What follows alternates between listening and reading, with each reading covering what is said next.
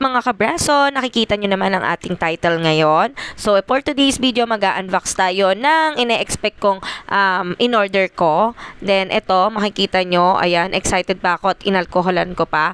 At tingnan nyo na lang at pakinggan nyo kung ano ang magiging reaction ko dito.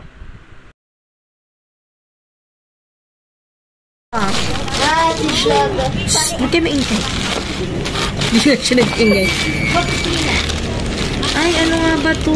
Ay, nga pala, voice over nga pala. Wala, kailangan ng gunting. Patutina ko, harap kang gunting dyan, dali.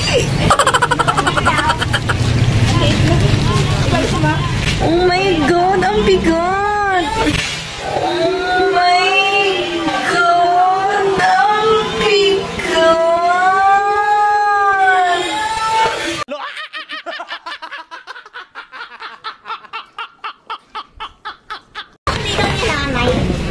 Magkano? Wait lang ha. Kasi video ko. Mga vlog-vlogging natin yung papangit naman. Ay, putang ina, ano to, Pig? Bakit ito yung ano? Gago? Saan? Hindi. Ay, puta, Pig! Gago! Ay, pinili mo lang. Ito, naka-video nga eh. 180! Eh, 50 pesos lang yun eh. Gago! Ano ba binili mo? Ano yung Yung Insta, yung camera. Insta? Oh, Insta Mix ba yun? Ang mura naman kasi. Ay, wala. Pick 2, bad trip. Hindi ko to order. Wag mo. Ay na, tonto Perby.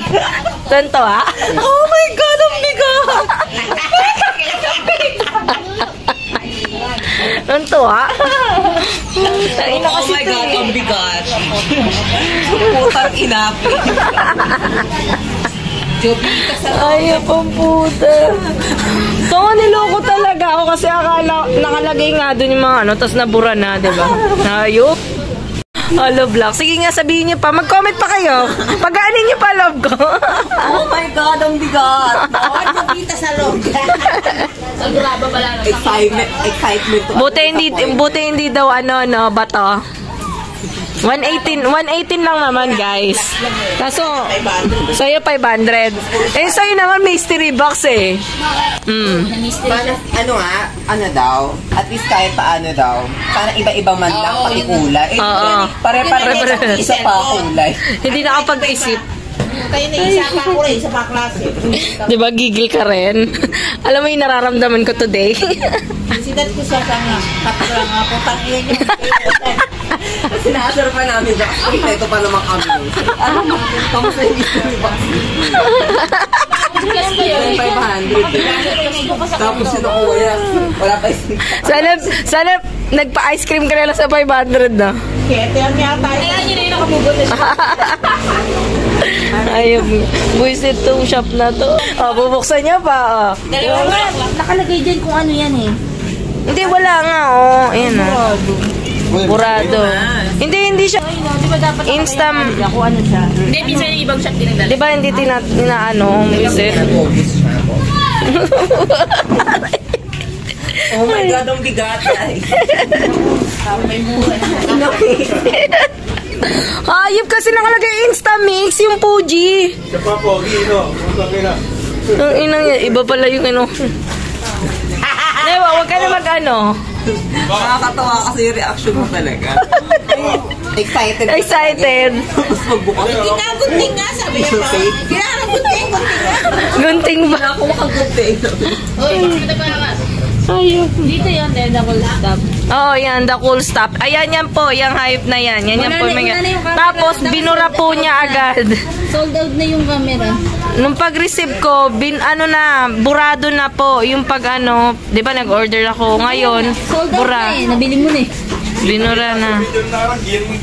Diba? Eh, hindi naman nakalagay dyan, mystery box. Wala naman silang sinabing mystery box eh. Gigigil ako. Oh my God. Gigigil ako. Dinaan Scammer. ka sa Dinaan ako sa bigat. Buti hindi ba to? Tama na. Sko. Sana binili ko na lang ng ice cream, di ba? No? Hype na yan. So, ayun na nga mga kabraso. So, na-scam tayo. Then, ganito yung istorya niya. In-order ko siya. May mga review yon. So, binasa ko. So, syempre, amazed din ako.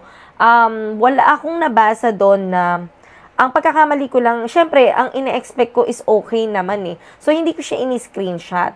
Pero wala akong nabasa na raffle, na mystery box siya, wala. Pero talaga nakakapagtaka dun sa 99. So, sabi ko, tatry ko. Then, binasa ko yung mga review. Okay naman. Pero, yun nga, parang napansin ko, walang 1 star, 2 star, wala. More on, maganda yung mga review niya. And then, ilang tao rin naman yung nag-comment na maganda, na sa murang halaga nga, legit daw. So, in-order ko. Na totally, hindi naman to talaga big deal, 118 pesos. Wala namang problema. Then, yung nire-return refund ko na, nag-comment, biglang bago pala dumating yun, di ba, dumating yun. And then, nakita nyo naman sa video na magkakasama kami, magpipinsan, kapatid ko, tita ko. Then, inano na nila agad ng return refund. Then, tiningnan agad ng pinsan ko na si Ferbylicious Vlog, yun, si Ferby, aking pinsan, na tiningnan niya agad yung post ulit. Nag-view siya dun sa, di ba, pag nag-order ka, andun yun, yung view kung saan ka nag-order, wala na siya, burado siya. So, parang ang labas is sold out, pero wala na siya dun sa Nakita nyo naman, kung mapapansin nyo, dun sa video, in-stock na ng kapatid ko, yung The Cool Stuff. And then, pagtingin niya, wala yung post na, yung mismong post na inorderan ko, wala na. Okay? Wala na. So, ibig sabihin, siguro, maybe nung mga may umorder na, and then nung na-ship out na lahat, sa kanila binura. Wala na talaga yung time na yon. Then, nung nag-PM ako, at nagreklamo na doon sa seller, bago ako nagreklamo sa seller, nagreklamo na muna ako sa agent. Para nag-request ako ng written refund. Then, kasi parang di ba, scam talaga eh. Nanloloko sila ng people or ng mga customer, di ba? Hindi pwede yun. Sana automatic, inilagay na nila na mystery box or let's say raffle. And then, ayan, makikita nyo, may screenshot siya dyan. I-screenshot ko na that is a raffle daw at sana binasa ko daw. And then, meron daw dun na para iwas daw reklamo. So, yun lang ang lagi nila nire-reply. Kahit pinapaliwanag ko na wala talaga silang ganun nung umpisa pa lang. Then, nung maya-maya, siguro nakadalawang reply ako sa kanila. Pagtingin ko, andun na ulit, 0 sold. So, ibig sabihin, wala na yung mga comment din na magaganda. 0 sold. So, ibig sabihin, kapopost lang ulit nila. Then, ayun na. May nakalagay na na raffle. So, diba? Yun yon. Ngayon, na-screenshot ko yon. Papakita ko sa inyo, ganyan. Nagkaroon na ulit sila ng post panibago. Pero makikita nyo, dun sa video namin, yung mismong time na natanggap ko yung item, wala talaga silang wala na talaga yung post. Then, nung kinagabihan ito, ngayon lang din ko naman natanggap yung item eh. Etong kinagabihan or what time is it na? Mga 10 something or let's say mga 8, may post na sila ulit. Pero 0 sold na. Samantalang dun sa nakita ko, nung bumili ako at add to cart ako doon, marami nang bumili at merong nag-review. So, possible na yung nagre-review doon is rin nila kasabwat. So, alam nyo, The Cool Stuff, sa totoo lang, hindi naman big deal at hindi naman ako totally galit. Naiinis lang ako kasi, yun nga, sila, kailangan pa nilang magloko ng tao. Wag naman ganun, guys. Sabihin nyo na lang yung totoo, di ba? Na, o kaya na mystery box, mas okay pa. Na alam na namin na ganun yung mangyayari. O kaya, kung raffle nga siya, dapat naka-indicate na agad nun. Hindi yung kung kailan yung nagreklamo, saka nyo i-edit, di ba? So, yun, hindi ko na dapat sila papatulan, ganun. Pero yung dating kasi ng PM nila is parang sila pa yung matapang. Samantalang alam naman nila na talagang may problema. So, siguro ako, nabudol din. May mali din ako kasi nagpabudol ako. So, akala ko talaga kasi, sa halagang ganun, makakakuha na ako. Kasi, sino ba hindi maniniwala? Hindi ko lang na-screenshot, guys, eh. Siyempre, naman ako, tiwala naman ako na itatry ko nga kung baka legit, 'di ba? Kasi may mga review talaga na magaganda yung review. Ilan din yung review na yon, madami-dami din yung review na yon na totoong nakakuha sila. So possible din na yung pinapakita lang nila yung review na ganun pero hindi nila pinopost yung mga nag-review sa kanila ng pangit. So binubura nila, let's say ganun. And then yun nga, so naniwala naman si Ateng, naniwala naman ng inyong kabraso, 'di ba? So, umorder ako. Kasi ang ganda ng review, ang ganda talaga. Kasi usually pag umorder ako sa Shopee, review talaga muna yung chinecheck ko. And then yung star, kung ilan yung ano, titingnan ko kung ilan yung, wala naman nagreklamo. So, ina-expect ko talaga, siguro talaga nag-expect din ako, di ba? So, nabudol din ako, may mali rin ako doon. Pero, sa part naman ng mga Shopee seller na yon or yung seller na yan, yung in-screenshot ko dyan, kikita nyo naman. Huwag na kayong umorder dyan, guys. Please lang. Sa totoo lang kung ayaw nyo magaya sa akin. Hindi ko siya i-recommend. Alam nyo yun. Kasi, mga kabraso, or yung Shopee seller na yan, para sa'yo to. Kung alam nyo naman na ganun, sana automatic or nakalagay na dun sa inyong post or sa parang profile na raffle siya. Inedit nyo na lang eh. Kasi may nagreklamo na. Kasi nagsabi ako na iba-vlog ko. So, inedit nyo. Huwag nyo gaganunin ulit.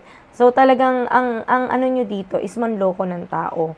I hope hindi balik sa inyo sa maliit na halaga ng loloko kayo ng tao. Huwag naman pong ganun. So, ngayon, porket ito yung aking ito yung aking rate sa inyo.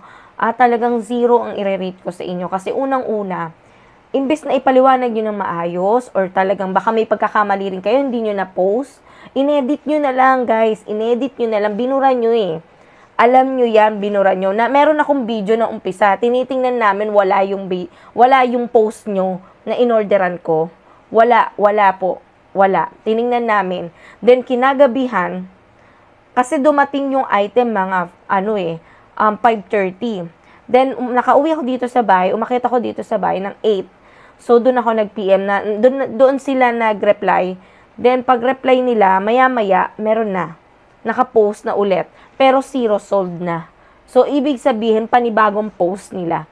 Kasi yung nabasa ko, may mga bumili na tapos biglang 0 sold. Ibig sabihin, bagong post nila. So, talaga scammer po sila. So, alam nyo, Diyos na pumbala sa inyo, the cool stuff, at nawa kung sino ka man dyan sa, na yan, yung seller na yan, sana hindi ka makarma, no? So, hindi ako gigil dun sa 180, nanggigigil ako sa'yo, dun sa mismong may-ari nung kung sino ka mang seller ka, kasi ikaw na nga yun ang scam, ikaw yun ang budol, pero ikaw pa yung matapang. So, yun lang.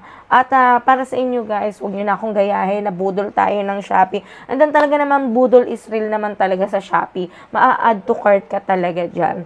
Pero yun nga, pag alam nyo naman huwag nyo naman grabihin. Huwag nyo naman pong abusuhin yung mga namimili sa Shopee. Diba? Minsan, hindi lang naman Shopee yan Shopee, Lazada, pare-parehas. But, kung ganun po, huwag nyo na pong mas matatanggapan namin kung ang in-order namin is mystery box. Alam na namin yun, automatic. 'Di ba? 'Di ba dapat maayos yung direction nyo. So, by the way, mga kabraso, yun lang. At nakakatuwa rin naman. At tawa rin kami ng tawa that time. Medyo naging seryoso lang ako netong gabi kasi nga, hindi ako nakatanggap sa kanila na pasensya na ma'am.